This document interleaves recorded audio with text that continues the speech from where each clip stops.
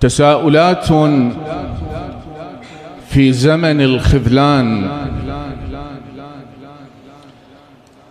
وأحار في بعض المسائل سائلا، وأحار في بعض المسائل سائلا: أيكون إنسان بشمس جاهلا؟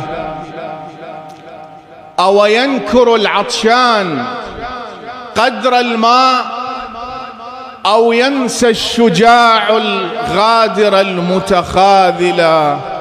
قولوا: أيستغني ابن آدم ساعة عن شمة يمسي بها متفائلا؟ قولوا: أيمسي؟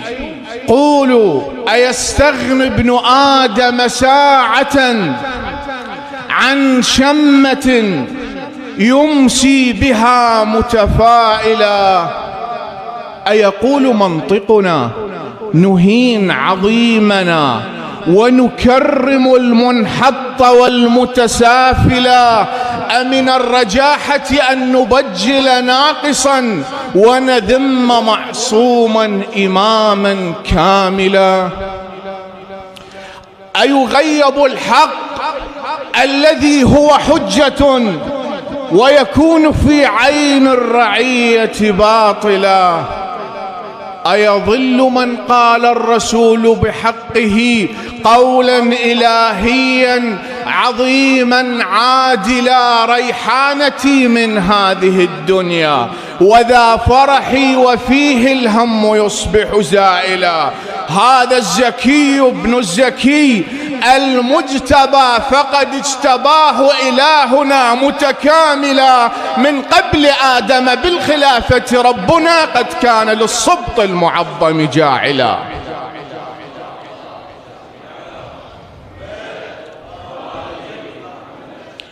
أحسن الله إليكم.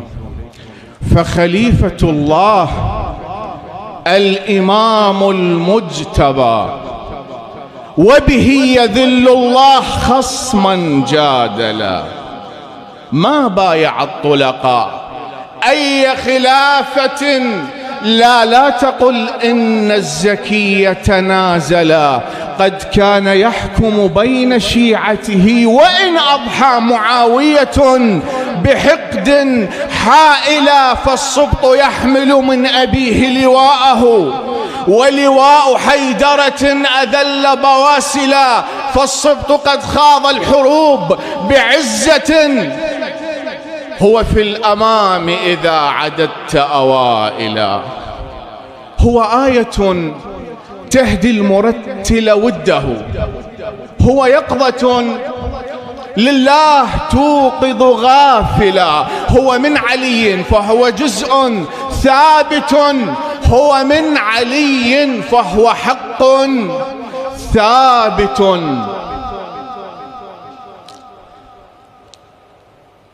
هو من علي فهو حق ثابت، يعطي على مر الزمان رسائلا، ومكارم الأخلاق في أنفاسه تسقي القلوب على الدوام فضائلا. وهو الصراط المستقيم ونوره فنقيضه لا شك يصبح مائلا.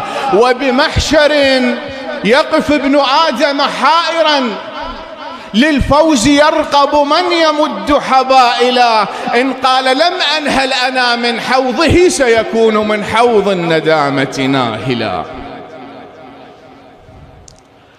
نكروا مقام إمامنا يا ويلهم، ما عاد عاقلهم سليما عاقلا، سموه حتى مزقوا كبدا له، والسم كان من اللعينة قاتلا، والنعش يرمى بالسهام عداوة، والحاملون له يرون قلائلا.